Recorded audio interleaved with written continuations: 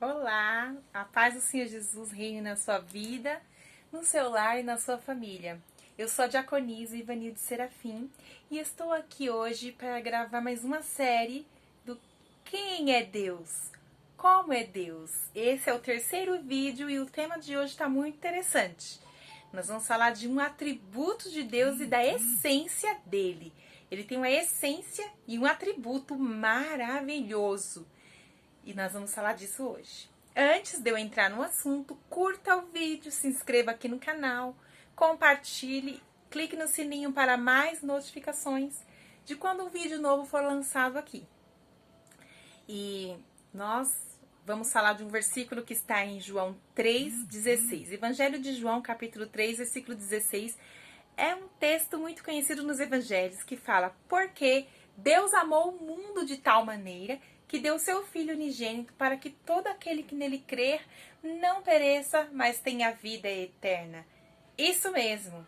Nós já falamos dos atributos de Deus de onipotente, onisciente, onipresente. Já falamos de Deus ser eterno, imutável. E agora nós estamos falando de um Deus que ele tem a essência dele, que é amor. E nós estamos falando também de um Deus que ele é amor. É um atributo, tem este atributo de amor. Ele me ama, ele te ama, ele nos ama incondicionalmente. Mas antes de eu entrar mais profundo no conteúdo, eu quero te falar que eu tenho um canal aqui no YouTube, que é Louvando com as Serafins. Eu vou deixar o link aqui na descrição do vídeo. Você vai lá, se inscreva e também curta os vídeos que tem lá. Nós colocamos lá louvores. E o último louvor que eu coloquei lá, eu estou falando do amor de Deus. É um louvor que fala do amor de Deus. Então vai lá e confira lá para que mais pessoas sejam alcançadas pela palavra do Senhor cantada e ministrada. Amém? Então vamos para o conteúdo. Se a essência de Deus é amor, se o atributo de Deus é amor, aí muitas pessoas perguntam por que tantas coisas ruins acontecem. Se Deus ama, como ele deixa pessoas inocentes sofrer? É algo que muitas pessoas não conseguem compreender. Isso dá um nó na cabeça. Porque o justo sofre, porque o mal é próspero. É isso que muitas vezes afasta as pessoas de Deus, porque nós começamos a imaginar que Deus, ele tem obrigação de, porque uma pessoa é boa e justa, livrar ela dos males. Mas eu quero dizer que Deus deu o poder de escolha para todos. Se eu, nesse momento, decidir fazer coisas erradas, Deus não vai me impedir. Porque ele me deu livre-arbítrio. Ele pode, até certo ponto, se ele quiser, intervir sim. Ele pode livrar pessoas sim, porque ele livra. Mas nem sempre ele vai livrar. Nem todas as vezes ele vai livrar. Porque às vezes ele tem um plano maior. E o amor de Deus, ele é tão maravilhoso que ele pega aquilo que é ruim e transforma em bênção. Imagine uma pessoa que passa por um abuso. Uma criança que leva surra dos pais, que é espancada pelos pais, ou por uma pessoa de fora, ou leva, ou é torturada, ou pedofilia, ou qualquer coisa que seja. Quando essa pessoa está recebendo este mal do agressor, a gente acha que Deus está sendo injusto. Mas às vezes Deus tem um grande plano para esta vida. Deus tem algo maravilhoso para fazer nessa vida. E Ele vai usar essa dor para trazer a cura para essa ferida, para essa dor. E um propósito para aquela pessoa viver de acordo com aquilo que ela está sofrendo e vivendo. Então, entender o amor de Deus é saber que ele pega toda a maldição e transforma em bênção. E que todos aqueles que são maus e que são agressores, Deus ama também. Olha que interessante. A gente, na nossa mente humana, na nossa capacidade humana, a gente acha que é injusto. Que não é justo. Que quem faz o mal tem que pagar pelo mal. É assim que a gente pensa. E Deus, ele pensa diferente. Apesar de ele fazer justiça, de Deus ser justiça também, de Deus executar juízo e muitas vezes castigar e açoitar os filhos que ele ama, eu sei que Deus tem um plano melhor. E ele dá muitas oportunidades e tempo para que pessoas más se arrependam dos seus delitos e alcance o perdão e alcance a graça. Graça é algo que nós não merecemos. Nós não merecemos o amor e a graça e o perdão de Deus, porque todos nós pecamos. Quando a gente tem um senso de justiça, a gente se coloca superior e melhor do que aquela pessoa que está cometendo pecados. Mas nós não somos melhores do que ninguém. Amém? E que nós possamos aprender, no nome de Jesus, a receber primeiro o amor de Deus em nossas vidas. Receber primeiro a graça e o perdão de Deus nas nossas vidas. Talvez você está me assistindo e fala assim, mas eu já sou de Deus, eu já me converti, eu já fui perdoado, já passei pelas águas do batismo, eu já tenho tempo de caminhada com Deus. Ok, graças a Deus. Mas eu quero dizer que mesmo você tendo um tempo de caminhada com Deus, mesmo nós temos um tempo de caminhada com Deus, eu quero te afirmar e te dizer que nem sempre a gente experimentou o amor de Deus na sua essência como ele é. Muitas vezes a gente não experimentou o perdão de Deus como ele é. Quer ver? Eu vou fazer algumas perguntas para você pensar aí. Caso quiser, pode até colocar aqui nos comentários. A pergunta que eu vou fazer é: já sentiu culpado por chegar atrasado na igreja? Já sentiu culpado porque passou o dia inteiro sem orar? Já sentiu culpado porque de repente você ficou irada ou irado com alguém da família, com filho, com cônjuge, sei lá, e de repente você fez o que não deveria e você se sentiu culpado? Então, quando você experimenta o amor de Deus verdadeiro, você vai correndo para Deus e vai agarrar graça, porque ele vai te perdoar. Ele vai te dar graça e aí você vai sentir-se perdoado por Deus. Mas você vai falar para ele: eu preciso, Deus, da tua ajuda. Eu preciso da tua força para que eu não cometa este erro de novo. Porque eu sozinho não posso. Nisso você começa a experimentar o amor e a graça, porque Deus, ele te perdoa. E a gente tem mania de achar que é o mérito. Faz campanhas de oração e jejum, 40 dias de jejum, né? Faz um propósito de 1 ano de oração. Vou orar esse ano inteiro, vou fazer jejum de 70 dias. E aí eu vou me abster do que é mal, não vou assistir televisão, não vou fazer isso, não vou fazer aquilo, porque aí eu vou receber a bênção que eu estou esperando. Mas com Deus não funciona assim, não é por mérito. Nada é por mérito, as bênçãos não são por mérito. O amor não é por mérito, nem mesmo a salvação é por mérito e o perdão dos pecados. As bênçãos de Deus é quando você cumpre os princípios. As bênçãos de Deus é quando você entende como você deve ser com Deus. Quando você se relaciona com Ele, quando você cumpre os princípios que Deus estabeleceu para mim e para você, através da palavra dEle. Quando a gente cumpre os princípios de Deus, aí sim a gente recebe de Deus as bênçãos, herdando com Cristo. Ele deixou princípios para nós observarmos. Amar o inimigo. Se o teu inimigo tiver fome, dê de comer. Isso são princípios. Honrar. O princípio da honra. São muitos princípios. Quando você recebe as bênçãos. E não é por mérito. Eu mereci porque eu honrei. Eu mereci. Não, não é por mérito. Nada é por mérito, é por graça, porque por mais que você honre, por mais que você cumpra os princípios, você ainda não merece. Mesmo você fazendo esse propósito de oração de 1 ano inteiro, 70 dias de jejum, você ainda não merece. Nós não merecemos nada. A nossa justiça para Deus não passa de trapo de imundícia, diz a palavra do Senhor. Então, que nós possamos entender que a justiça de Deus ela é soberana e diferente da nossa. Deus, ele quer muito que os pecadores se arrependam. Ele não tem prazer na morte do ímpio. Ele quer que se arrependa e que venha para a presença dele. Eu quero citar aqui no Evangelho de João, capítulo de número 15. Acho que é a partir do versículo 11, deixa eu ver aqui. Vai falar a parábola do filho pródigo. A parábola do filho pródigo vai dizer que o pai tinha 2 filhos e o mais moço saiu de casa. pegou o dinheiro, a parte da herança que pertencia a ele antes do tempo. Ele era o mais novo e ele pegou a parte da herança e ele saiu para gastar com mulheres, com festas, com amigos, desperdiçar, esbanjar o dinheiro. Dinheiro trabalhado, suado do papai.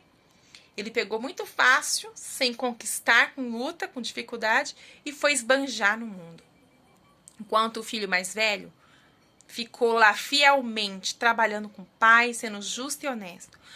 Quando esse filho volta para a casa do pai, todo maltrapilho, sujo, fedorento, perdeu todo o dinheiro e ainda era um mendigo faminto, fedorento, rasgado. O pai faz uma festa, veste roupa nele cheirosas, põe anel no dedo, põe sandálias nos pés e faz uma festa. E aí o filho mais velho se sente injustiçado. Por que se sente injustiçado? Porque ele achou assim, eu mereci essa festa. Eu tô aqui, sou fiel, eu sou justo, eu trabalho. Esse aí pecou, errou, esbanjou, estragou, perdeu dinheiro, fez tudo o que não deveria. E aí ele recebe a festa e a honra e ele se sente injustiçado. Nós muitas vezes somos assim, porque essa é a nossa justiça. A gente acha que a gente merece alguma coisa pelo aquilo que a gente faz. Existe aquela parábola também dos trabalhadores, que uns chegam e trabalham 1 hora só, poucas horas, e o outro que trabalhou o dia inteiro recebe o salário igual e eles acham injusto. Mas o Senhor, ele nos afirma dentro dessas duas parábolas, que não é pelo mérito, é pelo amor. Muito mais se alegra o coração do pai com a ovelha que está lá fora que se arrepende. Então, isto é o amor de Deus. O amor de Deus é tão grande. Eu lendo, né, as cartas de Paulo, eu tive uma visão assim, sabe, extraordinária do amor de Deus. Eu não vou ler todos os versículos, senão o vídeo fica muito grande. E não é a intenção de deixar o vídeo muito grande, é apenas uma gotinha d'água, porque esse assunto é profundo. Mas eu tive aquela visão, sabe, de imaginar a terra inundada, igual o dilúvio, de águas. E essas águas inundavam e cobria os prédios mais altos, as montanhas mais altas. Inundado o mundo inteiro, o globo. E isso, o Senhor falava, é o meu amor enchendo a terra. Não importa o que os homens façam, eu os amarei e sempre os amarei. E nunca deixarei de os amar. Então, que você aproveite este amor, experimente este amor e viva este amor, né? Porque o amor de Deus, ele é grandioso. Para finalizar o vídeo, eu quero dizer para você, se você nunca experimentou este amor, então experimente. O amor de Deus transforma, o amor de Deus cura, o amor de Deus liberta, o amor de Deus faz coisas extraordinárias dentro de nós. Se você for tocado pelo amor de Deus de forma extraordinária, você vai experimentar libertação, transformação. Você vai experimentar cura em feridas do teu coração. Muitas vezes você passa 50 anos dentro da igreja, achando que serve a Deus, mas você é apenas um religioso. Você não experimentou este amor na essência. Você está cheio de feridas, está cheio de traumas, está cheio de problemas. Uma vida embaraçada que não anda e não vai para frente. Eu já estive nesse lugar, mas graças ao amor de Deus que me lavou, que me limpou, que me regenerou.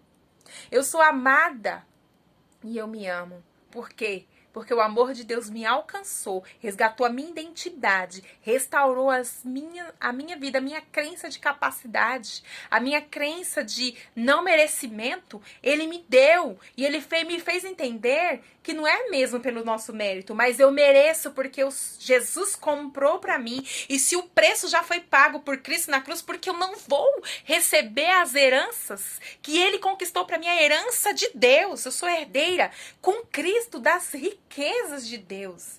Então que você possa ser herdeiro com Cristo das riquezas de Deus. Essa é a palavra do Senhor para a tua vida.